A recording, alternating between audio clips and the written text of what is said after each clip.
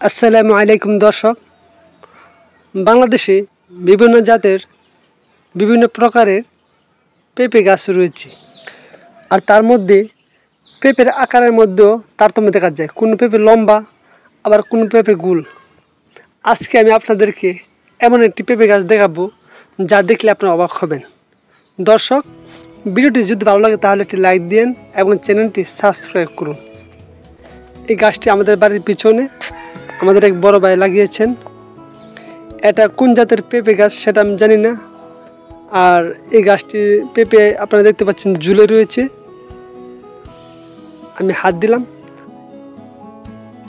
দর্শক, এরকম ঝুলে থাকা আজও পেঁপে আমি এর আগে কখনো দেখিনি।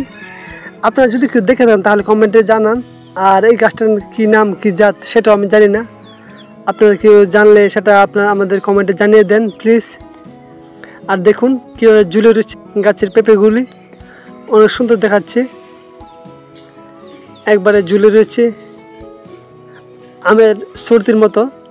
আমের ছড়া যেভাবে ঝুলে থাকে গাছের মধ্যে, ঠিক তেমনি এই পেঁপেগুলা গাছের মধ্যে ঝুলে রয়েছে। আমি আপনাদেরকে আরেকটি গাছ দেখাচ্ছি, সেটার মধ্যে প্রায় সেম অবস্থা। গাছের পেঁপেগুলো ঝুলে রয়েছে লম্বা লম্বা।